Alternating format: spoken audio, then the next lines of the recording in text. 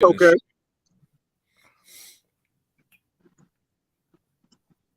To the various outlets. Hey, how y'all doing? Welcome to the U-Turn show. We're about to get started here in about 3 minutes. So, y'all come in and let us know that you're here. And right now, I'm going to share this to your page as well. Okay. Appreciate that. And I don't know if you have your settings where it'll automatically appear. Yeah, it should. But if not, you can go back later and share it.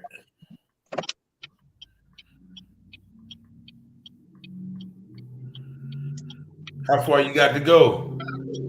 I'm probably about to. I just turned off because I live in. So my daughter goes to state, and I do a lot of stuff in Goldsboro. But I live in Dunn. Okay. Yeah, I live in Dunn. So I'm probably about 20 minutes from home. All right. So we are live. Welcome everybody. And let me make sure I got all my settings here right. If y'all come in, y'all let us know what's up. How y'all doing? I got a special guest. I'm about to switch the mic so you won't be able to hear me until the radio show starts. But y'all stay tuned. We're gonna be starting the show. We'll be starting the show in about 10, 15 seconds. So y'all just bear with me.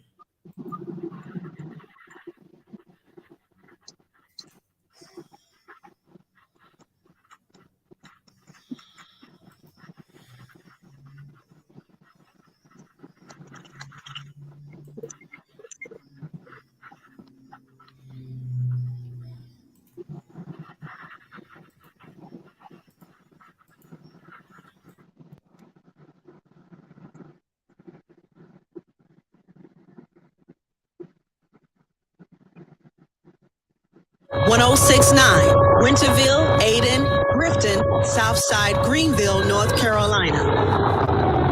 I try to be a bigger man, but folks don't understand. Trying to do hard things to deal with this addiction in me. Lord, I want to change. I can't stay but the sins that in my veins, it's trying its best just to kill me. Good evening, ladies and gentlemen. Welcome to another episode of the U-Turn Radio Show. I am your host, Richard Taylor, and we're coming to you live here on WBIS Awesome Radio 106.9 here in Greenville. Also, check us out on WYLYT 100.3 in Rocky Mount, North Carolina.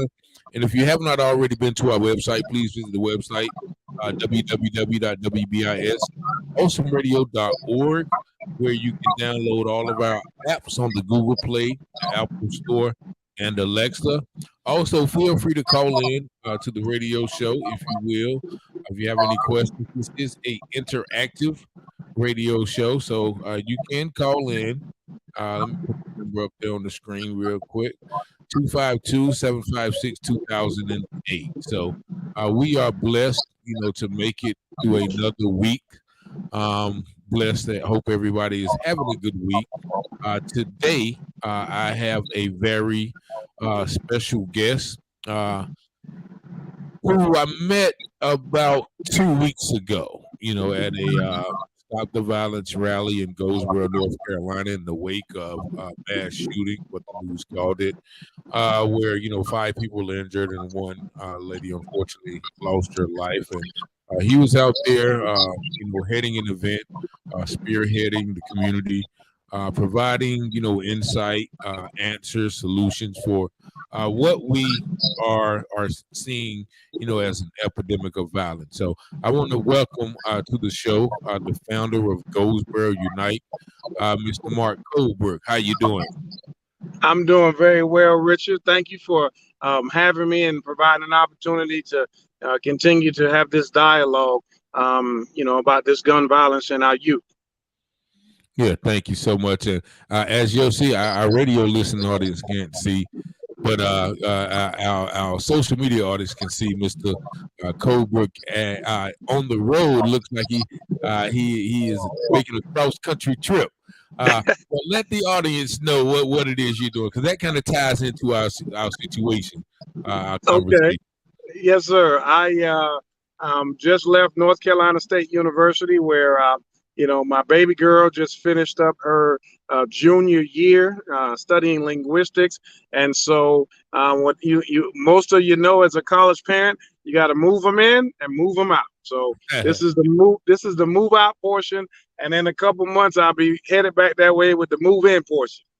Okay. And once again, I want to say thank you for taking this time out, even though you had so much to do in your professional life and your personal life. So I definitely want to thank you for just joining us on today.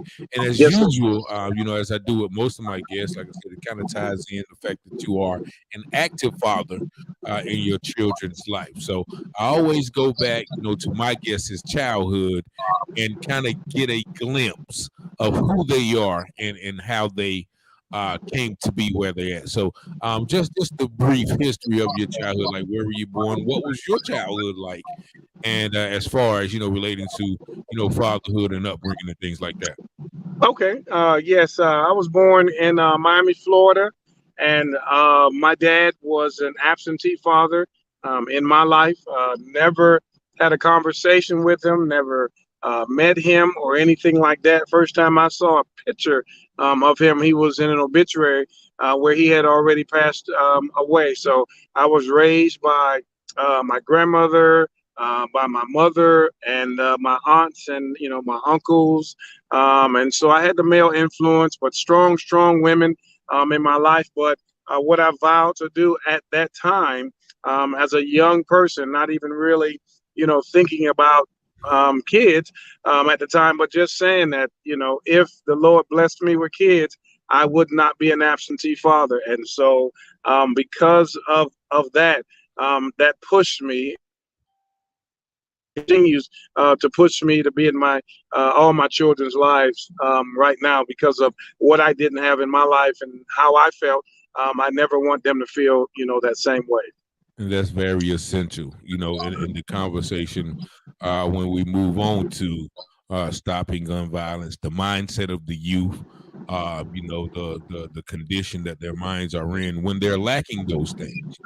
And a lot of people, fail to realize that, the violence is just a byproduct or a side product, a side effect of a deeper issue, whether it's the mental health of the children, trauma, childhood trauma, once again, lack of parents, things of that nature. So we're going to get into that. But how many children do you have? Right.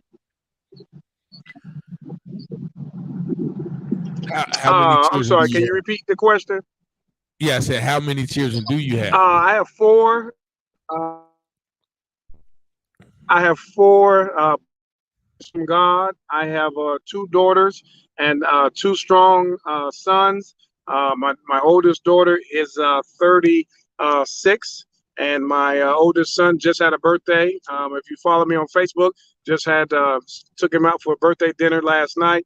My younger son is 20, will be 26, and then my baby girl will turn 22 this month.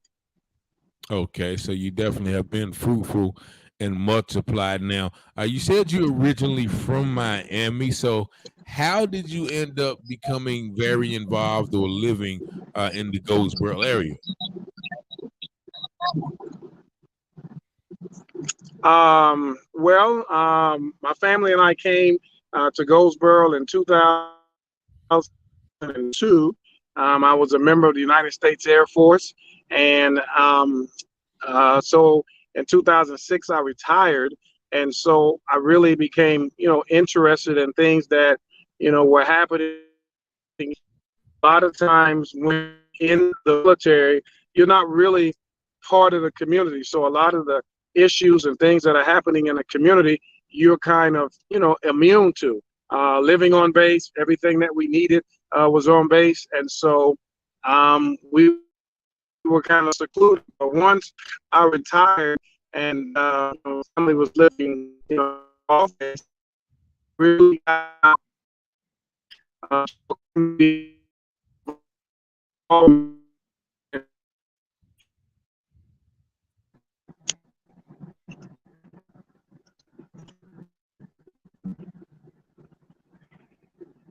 Can you hear me? I can hear you now.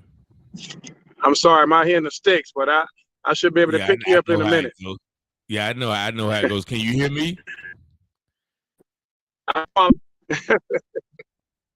can you hear hear you. me? Yes, sir. Yes, sir. Oh, okay. So you said so once you retired, you got Hear you. kind of more Yes, sir. involved I in can hear you. community. Yeah, once I retired, I got really involved in the community. I worked up at Duke, and then I worked at Chapel Hill, and so I had to do a lot of commuting, but I still involved in the community with other community leaders.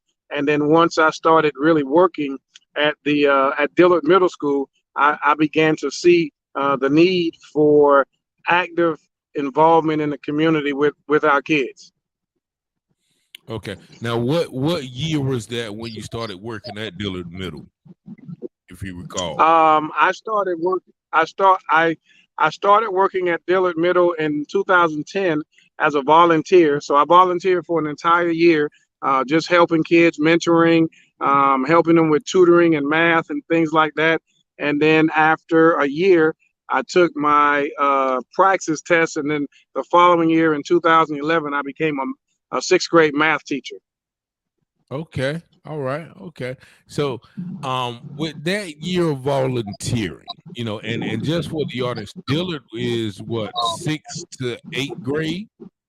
Yes, Dillard, sixth to eighth grade. At the time, it was fifth. At the time, we had fifth through eighth. Okay. Yeah, And when I worked there, we had fifth grade.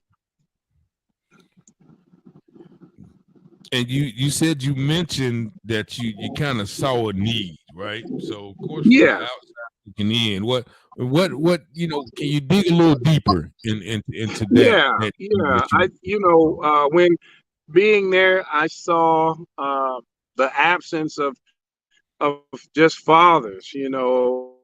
I saw mothers. They could. I saw grandparents raising kids, and in the education system, a lot of the times as educators, we want to, blame the child's, upbringing, and a lot of times what I've learned is that, parents are doing the best that they can, and so they're sending us the best of themselves and everything that they love, and so we needed to be as educators more than just concerned about a grade. And so I felt that I needed to, get into the homes and get into the lives of the kids so that I could make the impact that needed to be made. Okay, and that's one thing that I'm seeing. As I volunteer, this is my first year volunteering at Carver Heights, and in the school. Children there are a little younger, but I'm learning about so many different things that these little 8, 9, 10-year-olds are dealing with on Yeah, at the home front, yeah, and you wonder why they're yes, defiant. You wonder why they're not doing their work. And I can just ramble off some situations that I've I heard the first week I was there, like, this kid shouldn't be going through that. And so right, I think right, that is a lot of times that we see a kid and we see behavior that we don't right, understand the what's behind that behavior. So and that's once again that I see the need myself just by volunteering. What I do 2 hours a week. 2 hours a week at the reading buddy program. So with that teaching, so you started teaching, and so you're more than a volunteer now. Like, now you are that role, though. You are, because yes, I remember during high school, we had some male teachers that served as father figures, that served as yeah, advisors, that yeah, would pull us to the side, yeah, that would discipline us, not corporally, but yeah, yeah, they would get on us. So yeah, how easy or how hard was it to step into that role in these days? Because now, mind you, like in my day, of course, anybody could, if somebody got on us, we would be happy that they got on us rather than tell our parents. Yeah. You know what I'm saying? Yeah. So now it's different sometimes. If you get on a Yeah. kid, you might have a problem with Yeah. their parents. So Yeah. It's how did you navigate, that fine line, I guess? Yeah, and the first thing that you have to do is you just have to establish a relationship with the child and with the parent. And so for me, whenever I got my list of kids, I would always reach out to the parents and talk to them, introduce myself before open house, and then I would call on a regular basis. And it wasn't just a phone call about negative behavior.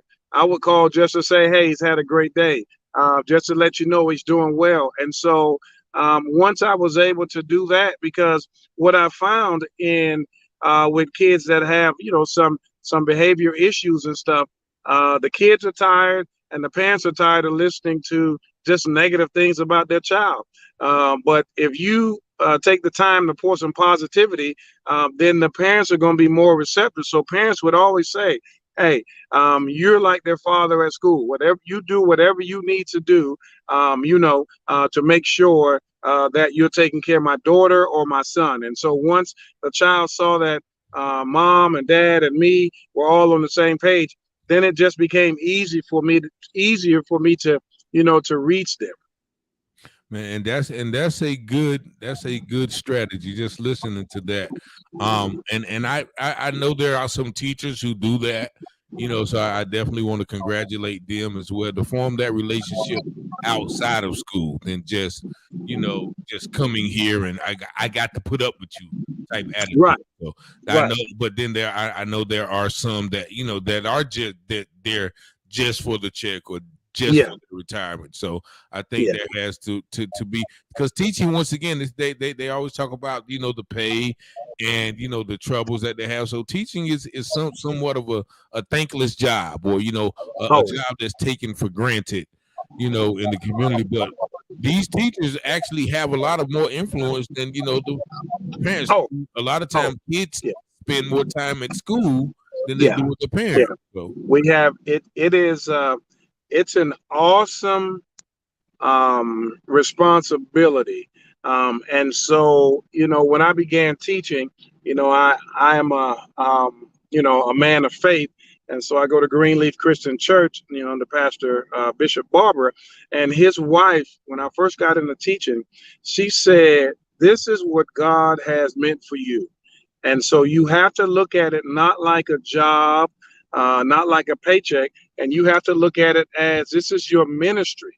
And so from that moment on, more than 10 years ago, I still look at this as my ministry.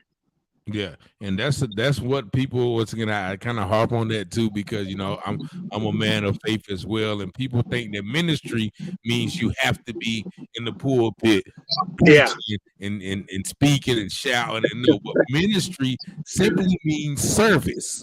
That's right.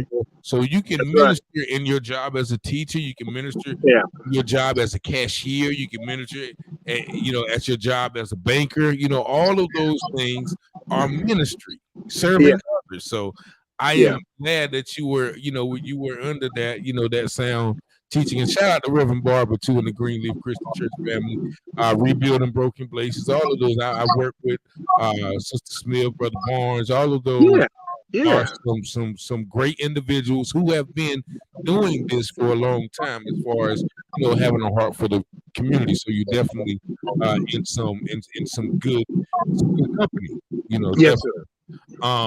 And so how long did you teach at Dillard? I taught at Dillard for 3 years, from 2011 into 2014, and then I took a break and I wanted to go and really focus on helping those kids that really needed it. As they say, the term they use is at risk, but in my term, all kids are at risk. So I don't like labeling kids. And so I wanted to go and assist those kids, in my opinion, that society was, throwing away, the ones that got suspended, the ones that, had gotten in trouble with, the law. And so for 3 years, I just focused on them and, prayed with them and, poured into them in a positive light. And, so I was able to do that. And I really, enjoyed that, for 3 years. So now, in what capacity did you do that as? Just like a volunteer, or just like community, or was No, it an I was, organization? it's like a juvenile prevention program.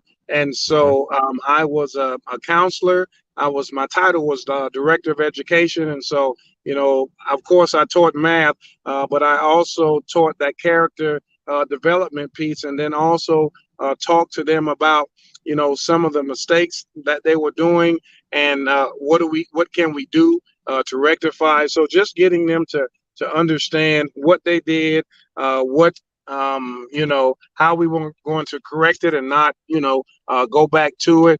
So it was, the title of the program was called Thinking for a Change. And so getting them to think before they act. Okay. And so after that, because I know that you saw a lot, you did a lot, probably dealt with a lot, had some challenges in that. Mm-hmm.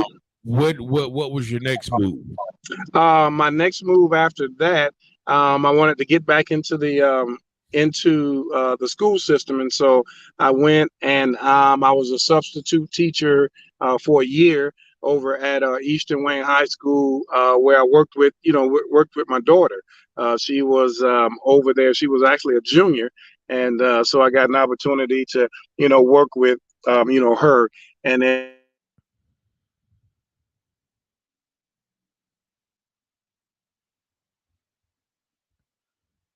We might have hit one of those rough patches in the road with my brother. If you can hear me.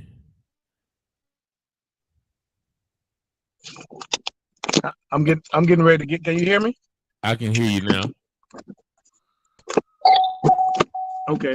Yeah. Yep. You should be able to hear me now, right? Yeah. I can hear you fine. And actually, we have about 40 seconds to our station. Yeah. Break. So what? Can you hear me? Can you hear me now? Yeah, I can hear you. Yeah. We got about 20 seconds to our station break, so I'm gonna come back to that question that I asked you when we come back from station break.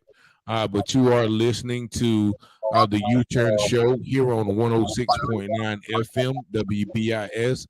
Special guest Mark Colbrook, and we're going to be talking about Goldsboro Unite, stopping the violence and having a safe space for teens. We'll be right back. The Big Bang, it's not good science.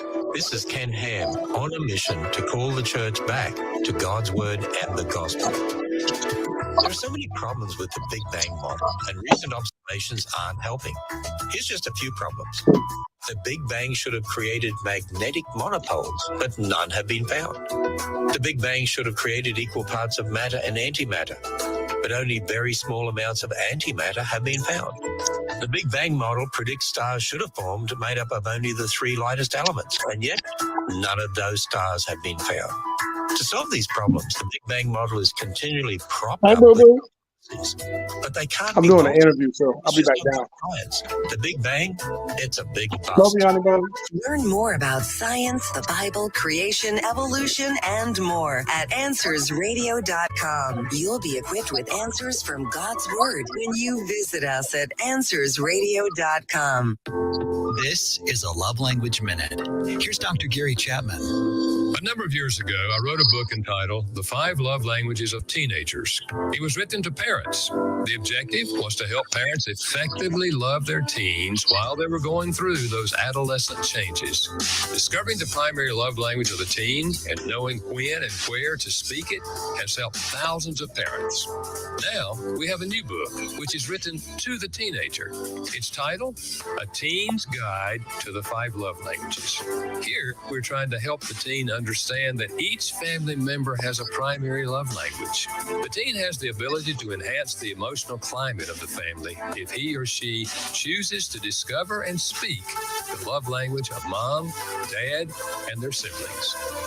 For more on A Teen's Guide to the 5 Love Languages, visit 5lovelanguages.com. That's 5lovelanguages.com. Lord, I hope this ain't your plan for me to die up in these streets. Oh Lord, can you help me? And we are back. 106.9 Awesome Radio FM. I'm your host, Richard Taylor, here with our guest, Mark Colbrook. Finally got to his destination, able to really relax. So I thank you once again for taking that time out. So, Yes, sir. After working with the juvenile prevention program, you said you substituted for a year at Easton Wayne High? Yes, Eastern Wayne High School. Again, an opportunity to, teach, but not only just teach, but, be mentors with the kids out there, volunteered on the basketball team, track team, wherever the kids were. I started volunteering and just, making those connections with the kids out there. Okay. Now, so what, because I know it was a few years later, but you started with, the middle school ages, I guess, 11, 12, 13, and then you moved to the high school ages, 14, right. 15, 16, 7. Now, so were there any, major differences of the challenges that you had to face? And if so, what were they? Yes. Just, as high schoolers, they really think they have it all together. They really believe that, they know everything. But what I found out is that they're just like the middle school kids. They have fears, but they have learned to mask them because we as educators and parents as well, we put these expectations on them to say, well, you're in high school and, you're getting ready to go into the world and this is how you should act and things like that, and not really taking time to listen to them. So it was more challenging for me to get to them. So it took me a little longer, but I was still able to reach them because they, had been hurt so many times by people in their lives. They were just not willing to, let their guard down. And then they also, had so many other distractions versus the middle school students, with the gangs and the girls and the drugs. And there were just so many, competing interests that you as an adult and an educator at that level, you have to compete with all of that, social media, all those things there. Whereas in the middle school and now in the elementary, it's not as prevalent. So again, you can kind of, make a quicker impact. Not to say that you can't make the same impact, but it just takes you a little longer with the older kids. Okay. And so, and with what Eastern Wayne, then I think you said you went to Brogden Middle. Brogden so you went back to the young kids again. The younger kids. Yeah. And I just, I believe that's my, at the time felt that was just kind of my niche where I really, needed to be, that I could, really reach a lot of kids. And as a matter of fact, there was a young lady who, when I first got there, I taught her at 8th grade and she was shy and, things like that. I just went to her senior night at Southern Wayne High School, stayed in contact, and she's going to be graduating and getting ready to go to UNCG. So those are just, success stories that you continue to sow the seeds, because you might not see it right there, but you just keep sowing and keep watering and, staying in contact and things like that. And you'll see, the fruits of your labor. Definitely. And I do want to say good evening to Cynthia Applewhite and also Pamela Johnson. Thank you guys for tuning in as well. Now, and you mentioned, following, those children. Now, once again, I guess we're going to get into, the details of, the violence and everything. But I do want to mention, because there was a young man that I saw at the rally and you brought him up. Now, was that one of the young men that you have kept up with throughout the years?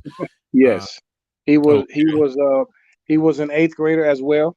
Part of my first class at at Brockton Middle School, Demeas Williams. Again, no father in his life. His mom has done an extraordinary job, and from day one, um, I just recognize something in him, as I do with all of the kids there. He was angry a lot, and so I just stayed with him, stayed on him, and he saw that that I was real, that I was consistent. And I Mm. told him, I said, from day one, I said, I'm going to always be part of your life. And I said, I want you to challenge me with that. I said, I will be part of your life. I said, when you graduate from high school, I said, I will be there. And so I've just kept in contact with him, mentored, um, he had a situation where his dad, again, in and out of his life, and so he wanted to move in with his dad and in Greenville for a little bit, and kind of fell off track, but I stayed with him, stayed in contact, this, that, the other. He came back home with mom, and now he's going to be graduating, looking at going you know into the military or something like that. So and then once I've always taken him, everything that I would do in the community, he would always want to go. Feeding the homeless, COVID, whatever I did in the community, he wanted to be there. And so he just stayed the course. And as soon as we talked about, doing this rally and things like that, he was like, I'm in, whatever you need me to do. Yeah, definitely well spoken, well poised. I definitely noticed that about him. So, and I think that is the key. Once again, being consistent. Because the kids have so many people in and out of their lives, and people who are not real or there for a season. So once again, I commend you. Like I said, I've been working with these guys for about 6 months, and shoot, I be ready to say, look, man, I ain't dealing with y'all no more. But I see the good in all these the 10, 8, 11-year-olds, man, and it's just a blessing. So we're going to take our last station break, 106.9 Awesome Radio. We're going to be right back with Mark Colbrook talking about Goldsboro Unite. Partial funding for this program is brought to you by For His Glory Lawn Care. For His Glory Lawn Care is here to serve you with a spirit of excellence. Contact Patrick for a free estimate regarding all your lawn care needs. 252-524-2468. Edge, mow, trim. And ask about other services too. The number is 252-524-2468. Ask for Patrick or email at forhisglorylawncarellc@gmail.com to schedule your free estimate today. For His Glory Lawn Care, 252-524-2468. Thank you for your support. Is your staff in a ministry or church using social media? Most of them are. And is your ministry prepared for it? That's attorney David Gibbs Jr., and this is the Legal Alert. Pastor Lonnie was an older minister who had not kept up with all the new things in social media. However, he had several young staff members who did and were good at it. Eventually, it came to his attention that one of his staff members was criticizing the church online and saying things about the ministry and members. Pastor was heartbroken and aghast. He wasn't exactly sure how to handle the situation. He called this at the Christian Law Association. Our attorneys helped Pastor put a social media policy in place for all employees and volunteers that addressed personal social media use. Listen carefully. A social media policy that covers all employees and volunteers that addressed personal social media use and ensured the church name wasn't being slandered. If you need help with this, call our office for a template of a social media policy. It's important in today's social media world. Call 888-252-1969. 888-252-1969.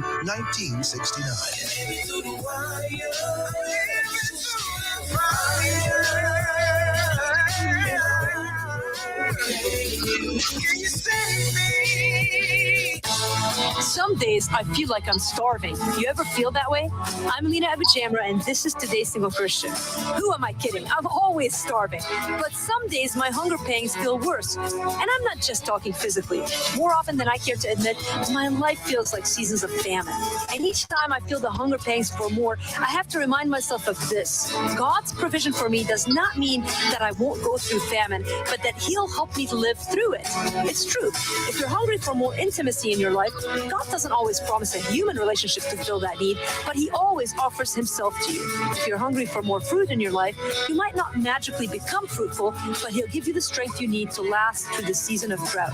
It's why He used the people of Israel's example for 40 years in the wilderness. If God helped them make it to the promised land, He'll give you all you need to make it to your promised land too. For more resources to stay strong, visit todaysinglechristian.com. And we are back, 106.9 Awesome Radio, the U-Turn Show. I'm your host, Richard Taylor, here with special guest Mark Colbrook, the founder of Goldsboro Unite. We're going to get into that right now. Goldsboro Unite, how did that come about? And give the people a little overview of the objective of Goldsboro Unite and, the reasoning behind it. Yes, sir. Thank you for that question. Back in 2017, we were in a similar situation that we are now, where we have extreme gun violence, and we had, youth that were being shot down. The one that, comes to mind, there was a young man that, again, doing all the right things. He was in the ROTC program at Goldsboro High School. Wanted to go in the military. I want to say, I think he was a junior at the time, and he was just, sitting on his porch, and gunfire erupted, and he got killed. And so I started work. Yeah. Back in 2000. Do you remember his name? I don't remember his name. He was a young man at Goldsboro. He was part of the ROTC. At Goldsboro, and he got killed. Again, he was in his yard, and somebody was driving by shooting at somebody else and got him. Yeah. And so I started, working with, two young men who just were phenomenal, and they were teenagers at the time. I don't know if you remember, they started an organization called Impact Teens. Jay Sean Fair and his brother Khalil Cobb. They were teenagers. I met them, and so this goes back and how things just tie into it. I met them when I was working at Eastern Wayne High School. Khalil had just graduated, and Jaquan, who was part of the ROTC, Air Force ROTC program, we just became very, very close. And they, as teenagers, just inspired me because they decided to form this group called Impact Teens, and they, were trying to get teenagers to, do positive things in the community. So we got together and we held a, ceremony and kind of like the rally we did downtown in Goldsboro. And so because of that, I just decided to start Operation Unite Goldsboro with the goal of uniting Goldsboro, taking the pockets of excellence from people, like yourself that were doing things with kids and in their own right. People were doing things. One young man that, I admire to the day, Coach Freedom, that does so many things in the community with kids. I would call him the Pied Piper. The Pied Piper of kids. And so, taking people like him and, Visha Faison, that does so many things in the community, Dr. Perkins, and, the list goes on and on. The problem was that we were doing things in silos and not coming together. And so my goal, and still the goal is today, is to take everything that we have in the community and just start working together. Just for an example, I would see, particularly around the beginning of school, where everybody had a backpack giveaway. Everybody's doing backpack giveaways. And so And my thing is like, hey, let's get together and figure out which organization is going to do a backpack giveaway this time. And, kids need stuff throughout the year. They don't need just stuff at the beginning of the school year. They're going to need stuff all throughout the year. And so it was just things like that, and trying to get the school board to tie in and talk to city council, and city council talk to county commissioner. So that was just my goal, to get people to come together and work on specific things and make changes. Not let's just have a meeting, because we have too many people in Goldsboro that have so many things that they can offer. We have over 400 churches, 400 to 500 churches. We have sororities. We have the Masons. And my thing is that what a wonderful day it would be if we all came together and just said, hey, we're going to focus on the things. We're not going to rely and wait on the city council, the county commission, the board of education to come up with priorities for us. We're going to come up with priorities for them. We're going to tell them what is important to us in the community. I like that. And that's what one thing democracy is supposed to be about, like the rule of the people, Right. not, so definitely love, peace. Hello, love, peace. How you doing? Good evening. Roger Taylor. Endeavor to keep the unity of the spirit and the bond of peace. And definitely, if everybody has the right spirit, we should all be in unity and peace. And that's an ideal, that's an ideal, undertaking. And it should be easy, right, for everybody has the right mind. And I'm not going to take the conversation that way, but I will say, we might get into that to a later date. But Yes, so, sir. it's a and once again, and listening to you at the rally, a couple of weeks ago, you mentioned a new agenda that is that you, Goldsboro Unite, and I guess everyone involved is undertaking. Explain that to the people, and how could they get involved? What we want to do is we want to create a safe space, really for our community, but we want to start with the teenagers. We want to create, because again, when I was a kid, the only thing I had to worry about was being a kid.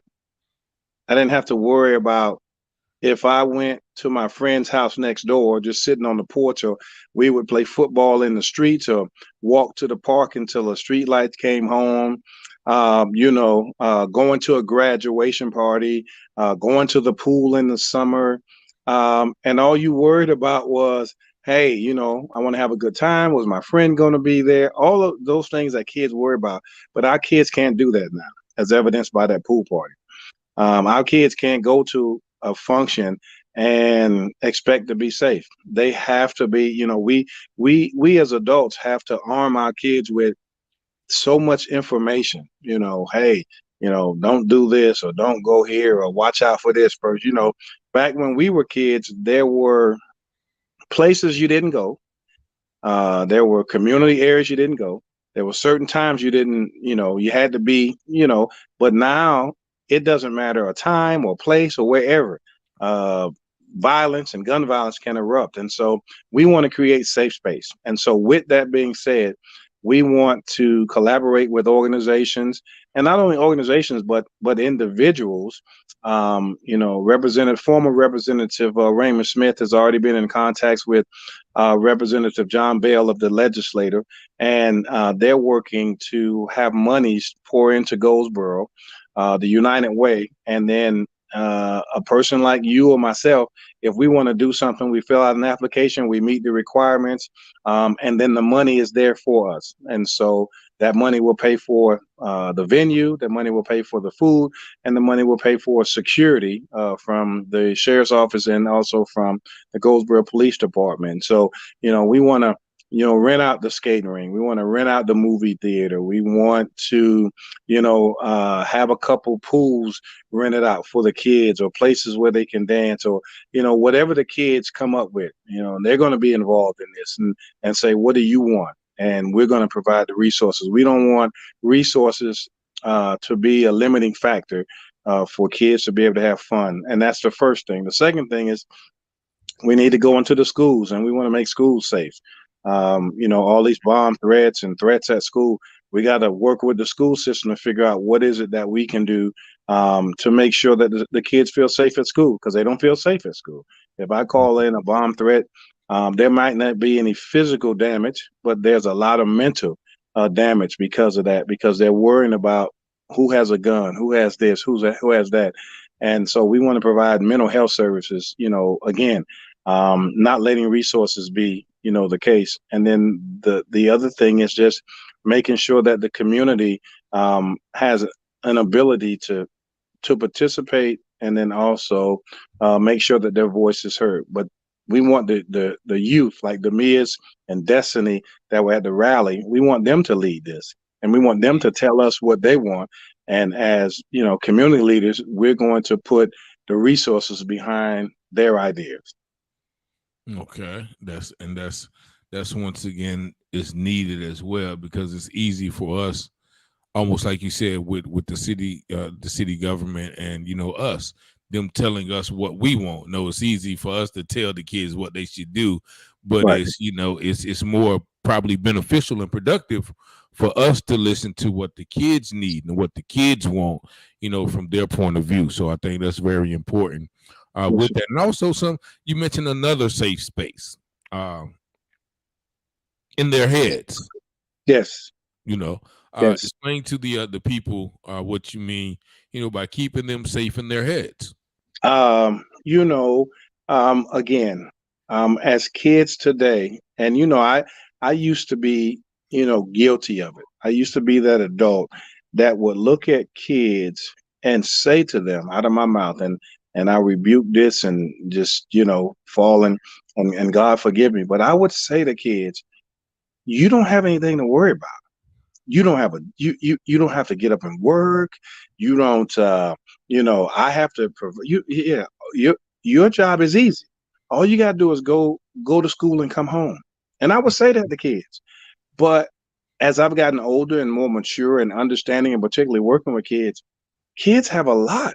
They got a lot that they're dealing with.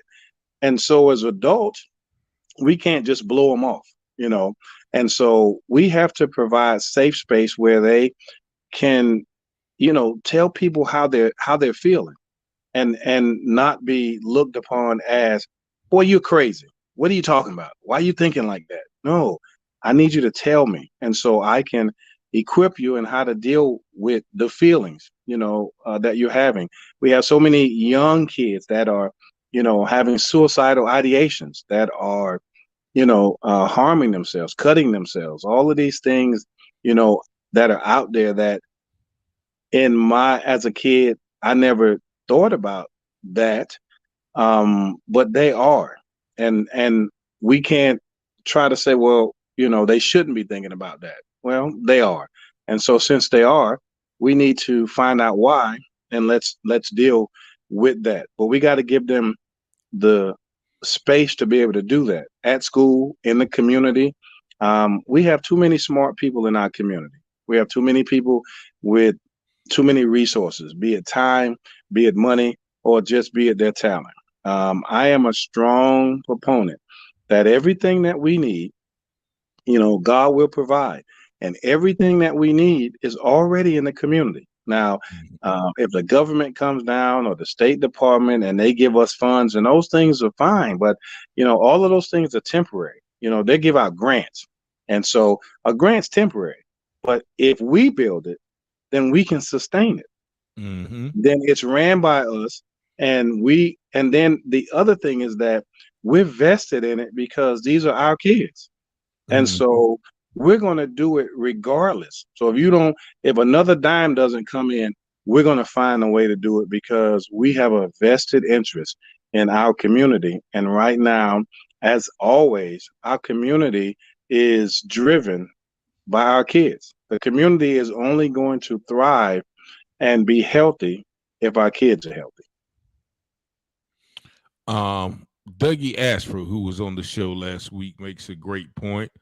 You are right. The kids have a lot. Many are older siblings and parents at the same time. Meaning, I guess a lot of the kids have responsibilities of a parent. Every missing youth report isn't because the child is missing. Many times they ran away. Many times we look at them as bad kids, runaways, etc., without digging into why the child is a repeat runaway. And you know that goes back into the point made earlier. We don't know what these individual kids are going through. Like I said, I've seen some things that that just like, okay, this kid got it hard. This 10, 11-year-old kid got it hard, being raised by a grandmother with, 2 special needs children. The grandmother is old, no car, and she's just, struggling to, just to make it, just to get her medicine and feed them 3, Absolutely. So it's absolutely. And it, and here's the thing also. I was we had a Zoom call. We were talking, getting a rally together, and I thought it was very interesting. I had a pastor on, and we were talking about everything, and he said, I want to be able to establish in our community our own kind of crisis center. And so, we dug a little bit and said, what do you mean, Pastor? And he said, I'm a pastor and I have a congregation. And he said, he said at the time, I put on a great front. He said, but I was dealing with a 14-year-old son that was out of control. He said, and I needed help. I saw where he was going. I saw the path he was taking. And he said, and I needed help. He said, I reached out to law enforcement, to other agencies and things. And this is what I knew to be true when he said it. And you look at it now, and it's still true. The system is not set up to be preventive. And what I mean by that is, and just like he said, he had a 14-year-old son that, was, skipping school, missing school, being disobedient at home, all these things here. And he was just looking for help from the system to try to help him. And there is no help. The child doesn't get help until they get in trouble, and then now they get a record. And so when I was part of the prevention and treatment center, that's one of the things that I thought that was just so crazy to me, that the kids that got into trouble, the state all of a sudden had resources and money to take, we would take the kids in the summer, we would take them swimming and all these, places and things like that. But I had kids that did the right thing, but I couldn't afford to take them places. But the state had money for the kids that had gotten in trouble, but they didn't have money, or the kids can't go to the YMCA because they can't afford it. But I was able to take those kids to the YMCA. But the kids that did the right thing couldn't afford to go to the YMCA, so they had to sit home.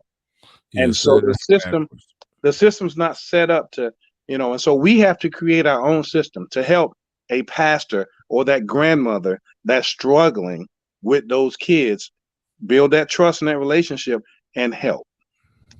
Yeah, and my brother Doug, you're not. He said, just getting here. I apologize if I'm back in track.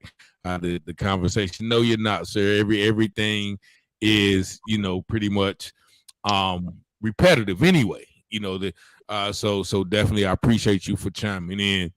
And so how can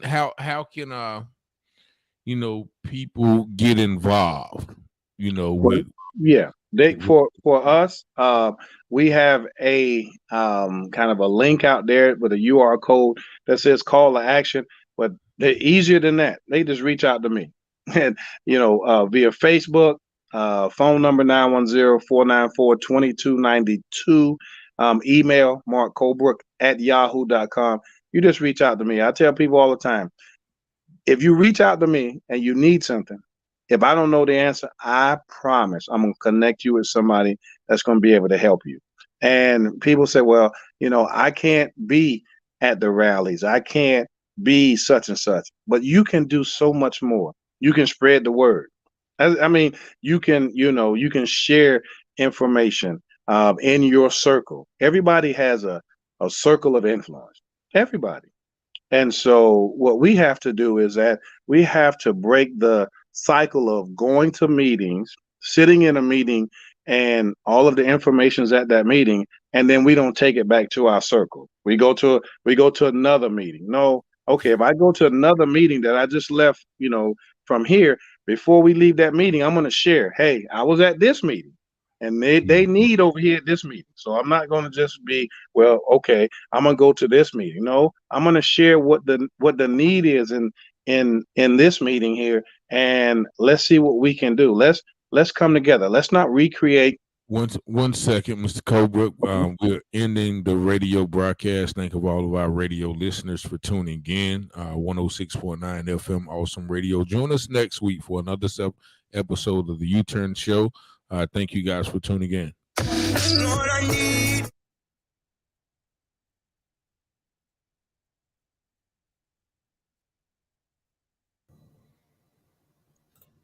Can you hear me? Yes. All right, go ahead. What was you saying again? I was saying that, we have to get away from this I mentality and say, well, just for example, Richard, you're doing your thing, whatnot. Let me not try to emulate it. Let me figure out how I can help. What is it I can do to help you, Richard? Instead of being in competition with you. Like, this is your lane. This is your ministry. This is your gift. So let me help you and you help me. And we come together, and at the end, we're helping our community. We're helping kids, because kids right now don't care. They don't care where the help comes from. They don't care who it comes from. They just want it to come. They're saying, we need your help. And they don't care if it comes from the fraternity, sorority, the Masons, the church, doesn't matter. That's all adult stuff. Kids don't care about that stuff. They just know they need help. Like, in my neighborhood, there are gunshots that are ringing out, and I need somebody to help stop it. I need somebody to come into my community and not be afraid, not talk at us, talk with us. And that's very important, man, because I noticed that too, that a lot of these kids, even the young adults, even the ones out there, they're reaching out. They want somebody to correct them. They want attention. A lot of times the lack of discipline, or the outrageous behavior, or the erratic behavior, is just a disguised call for help. That is exactly it. And that's one of the things I learned, as an educator, being in the classroom, that everybody is going to ask for attention, not the same way. And so as a kid, you're going to have the kid that's quiet. You need to approach and figure out what's going on, because just because they're quiet doesn't mean that they have it all together and there's nothing bothering them. The kid that's doing everything right doesn't mean that kid doesn't need your help. You can't just say this, that, the other. And the kid that's just running, tearing everything up, is yelling the loudest, I need your attention. And I need you not to see my behavior. I need you to see through that and see my need. Yes, definitely. Like they said, Jesus in that song, he looked beyond my faults and he saw my need. That's it.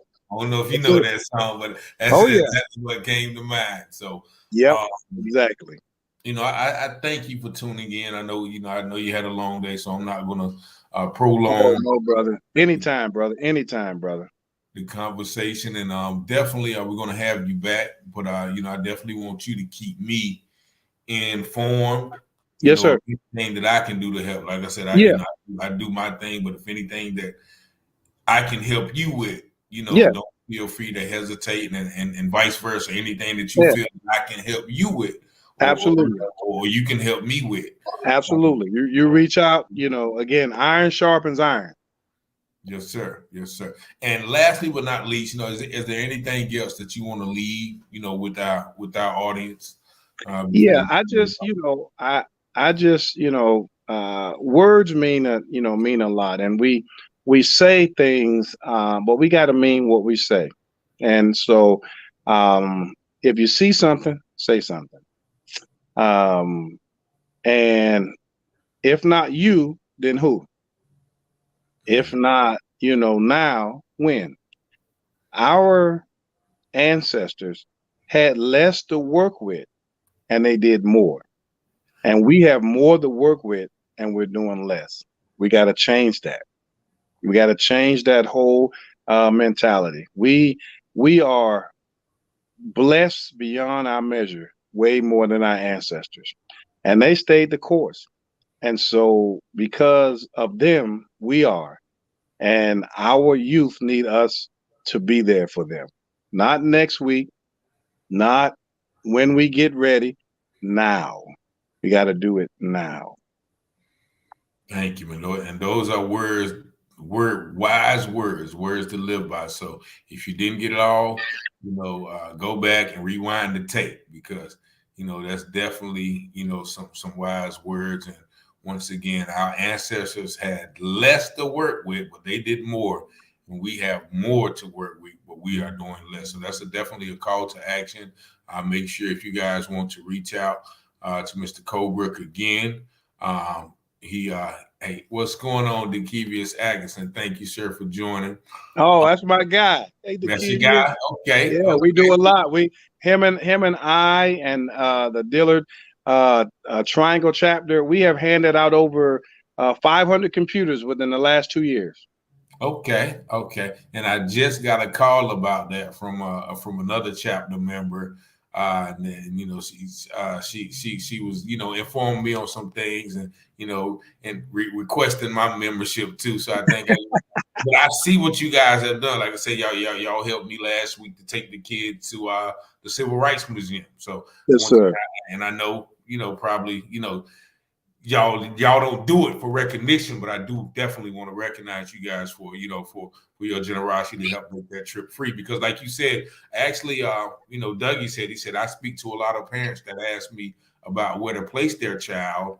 And my response is consistent. If they do not have a court counselor or juvenile probation officer, they can't get into many programs. Yeah. That's almost, and what we're speaking to is, I have to go to, I asked for the community for help, but if those kids that I was working with was already in trouble or whatever, I could get funding to do anything for them. So that's definitely a backwards way of operating, in my opinion. So it's backwards. So that's why we have to create our own. We got to create our own, and once we create our own, it becomes sustainable. It becomes, a legacy, like you have the Dillard Goldsboro, Alumni Association. We need more organizations that it will be handed down from generation to generation. Yeah. And that's what it's about. Breaking those generational curses and building generational, of course, wealth, and just not financial wealth, right? Spiritual, that's right. Wealth, moral wealth. That's right. Ethical wealth, all of those things. We are them. As I say now, we are grandmama and them. We grandma and them. Yeah. We grandma and granddads and pop-pops. We them. Yeah. So it's definitely up to us to show the example, and you made a big point earlier, is just to work together. Work together for the common goal. Everybody, we may not agree on everything, but we can agree that we are working towards better the community. Absolutely. We have more in common than we do than we do differences. So once again, my brother, I want to thank you for tuning in. I appreciate you. I appreciate you. I thank all of our radio listeners. We're going to be right back next week. I don't know. We might have them back again, but we're definitely, we're going to keep these conversations going because, like I said, I don't know if y'all are aware, but there was a shooting, if I'm not mistaken, just yesterday. Yes. In Goldsboro. Yep. Another 18-year-old was shot. Absolutely. Yep. So this is something that's, once again, it didn't get to this way overnight. So we can't, stop it overnight, but, we definitely have to start somewhere. And I think Goldsboro Unite and, creating a safe space for teens will begin to, is one step, in the right direction. That's right. Many. That's right. We just have to take that first step. We got to take the first step. Yeah. So I thank you for your, once again, for your vision, for your time and your energy. I appreciate it. That drive. And I will see you guys next week. May God bless y'all. May he make his face shine upon you. May he be gracious upon you. Lift up his countenance upon you and give you peace. Until next week, peace and blessings. Amen. Take care, guys. Good night.